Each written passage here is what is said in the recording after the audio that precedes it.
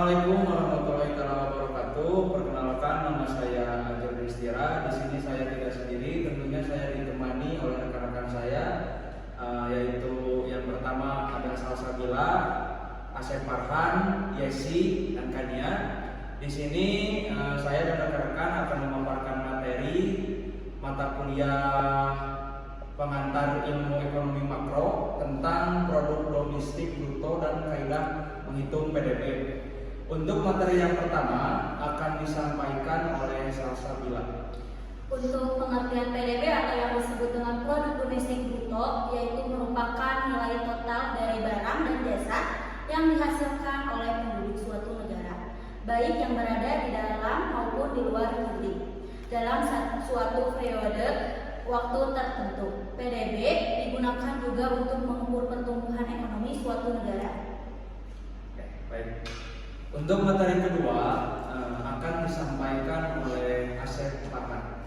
Komponen PDB. Yang pertama investasi dana yang digunakan untuk pembelian barang modal dan inventaris untuk meningkatkan produksi. Yang kedua, ekspor dan impor. Nilai barang dan jasa yang diekspor dan diimpor oleh suatu negara. Yang ketiga, konsumsi pengeluaran individu dan rumah tangga untuk belanja barang dan jasa. Yang terakhir, pemerintah pengeluaran pemerintah untuk barang dan jasa seperti infrastruktur dan layanan publik. Kelemahan PDB. Yang pertama, tidak menghitungkan kesejahteraan. PDB tidak memperhitungkan unsur kebahagiaan dan kesejahteraan masyarakat. Yang kedua, mengabaikan eksternalitas. PDB tidak memperhitungkan dampak negatif dari kegiatan ekonomi seperti polusi. Yang terakhir, ingkar terhadap ketimpangan ekonomi. PDB tidak menggambarkan distribusi kekayaan dan ketimpangan ekonomi di suatu negara. Untuk materi selanjutnya, yaitu materi ketiga, akan disampaikan oleh Yesi. Baik, penggunaan PDB dalam ekonomi. Perencanaan ekonomi. PDB digunakan dalam merumuskan kebijakan ekonomi dan perencanaan pembangunan oleh pemerintah. Perbandingan internasional. PDB digunakan untuk membandingkan ukuran dan pertumbuhan ekonomi antar negara. Indikator kemakmuran. PDB digunakan sebagai indikator kemakmuran suatu negara dan untuk memantau pertumbuhan ekonomi dengan waktu. PDB real dan PDB nominal. Produk domestik bruto nominal merujuk kepada nilai PDB tanpa memperhatikan pengaruh harga. Sedangkan PDB real atau disebut PDB atas dasar hingga konstan mengoreksi angka PDB nominal dengan memasukkan pengaruh dari harga. Oke, kita berada di penghujung materi. Untuk materi keempat atau yang terakhir akan disampaikan oleh saudari Kania. Kaidah menghitung PDB. Rumus PDB yaitu C ditambah I ditambah G ditambah NX dengan keterangan PDB yaitu produk domestik bruto, C konsumsi rumah tangga, I investasi, G konsumsi pemerintah, N ekspor, dan X impor. Contoh soal. Suatu perekonomian memiliki besaran makro sebagai berikut. Konsumsi agregat 250, pajak tidak langsung 25, subsidi 15, investasi 70, konsumsi pemerintah 50, ekspor 60, impor 60, dan depresiasi 25. Besarnya produk domestik bruto dengan pendekatan pengeluaran adalah untuk jawabannya 250 untuk konsumsi, 70 untuk investasi, 50 untuk pengeluaran pemerintah, 60 untuk ekspor, dan 60 untuk impor. Yaitu hasil dari penjumlahan dan pengurangan ini yaitu 370. Untuk contoh kasus krisis kenaikan harga beras akan saya sampaikan sedetail mungkin. Krisis adalah setiap peristiwa yang sedang terjadi atau diperkirakan mengarah pada situasi tidak stabil dan berbahayanya yang memengaruhi individu, kelompok, komunitas, atau seluruh masyarakat. Krisis kenaikan harga beras adalah masalah serius yang sedang dihadapi oleh masyarakat. Mengapa harga beras naik?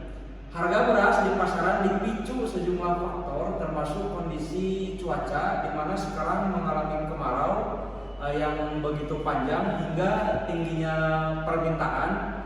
Mengapa permintaan beras meningkat? Karena meningkatnya permintaan beras dipengaruhi oleh angka pertumbuhan penduduk yang jauh lebih besar pertumbuhannya dibandingkan dengan peningkatan produksi beras. Jadi selain karena kebijakan harga berasnya tidak stabil, pasar beras di dunia juga sedang goyang dikarenakan India menutup ekspor berasnya dan celakanya diikuti sama negara lain yang biasa mengekspor beras. Jadinya pemerintah Indonesia mencari lagi negara yang bisa dijadiin sumber impor beras. Selain itu, iklim juga tidak bersahabat buat produksi padi. Dampak dari kemarau panjang, efek fenomena El Nino. Faktor-faktor penyebab krisis kenaikan harga beras antara lain: 1. Ketergantungan impor terhadap beras dapat membuat harga beras lebih tinggi karena fluktuasi kurs mata uang dan biaya transportasi. Yang kedua, pertumbuhan penduduk yang cepat memunculkan permintaan yang lebih tinggi mempengaruhi harga beras. Yang ketiga, perubahan pola konsumsi. Masyarakat yang mengubah pola konsumsinya menuju beras juga dapat menyebabkan kenaikan harga. Dampak kenaikan harga beras. Dampak kenaikan harga beras akan berdampak terutama terhadap masyarakat karena meningkatnya beban biaya hidup, kesulitan memenuhi kebutuhan pangan, dan meningkatnya ketimpangan sosial akan berpengaruh juga terhadap inflasi. Sebab beras menjadi salah satu komoditas dalam pengukuran inflasi. Apa itu inflasi? Inflasi adalah kecenderungan naiknya harga barang dan jasa pada umumnya yang berlangsung secara terus-menerus. Penyebabnya karena meningkatnya permintaan. Ada juga dampak kenaikan harga beras lainnya, yaitu 1. Kemiskinan. Kenaikan harga beras dapat mengakibatkan kemiskinan yang lebih tinggi di kalangan masyarakat yang rentan. Kedua, ketidakstabilan sosial dapat terjadi akibat aksi protes dan kerusuhan karena tekanan ekonomi yang dialami masyarakat. Ketiga, pengurangan konsumsi gizi. Dalam upaya menghemat uang, masyarakat bisa mengurangi konsumsi makanan bergizi termasuk beras. Kebijakan yang diambil untuk menanggulangi krisis: 1. Subsidi harga beras. Pemerintah memberikan subsidi kepada masyarakat. Yang kedua, peningkatan produksi beras. Yang ketiga, pemberian bantuan. Yang terakhir, peran masyarakat dalam mengatasi krisis: 1. Pengurangan pemborosan. Kedua, mengelola lahan pertanian. Ketiga, menggali potensi lokal. Kesimpulan yang bisa saya paparkan: krisis kenaikan harga beras adalah tantangan yang kompleks namun dapat diatasi melalui kombinasi upaya pemerintah, inovasi teknologi, dan peran aktif masyarakat. Sekian pemaparan materi yang bisa saya dan rekan-rekan sampaikan. Mohon maaf bila ada kesalahan. Wabillahi taufiq wal hidayah. Wassalamualaikum warahmatullahi wabarakatuh.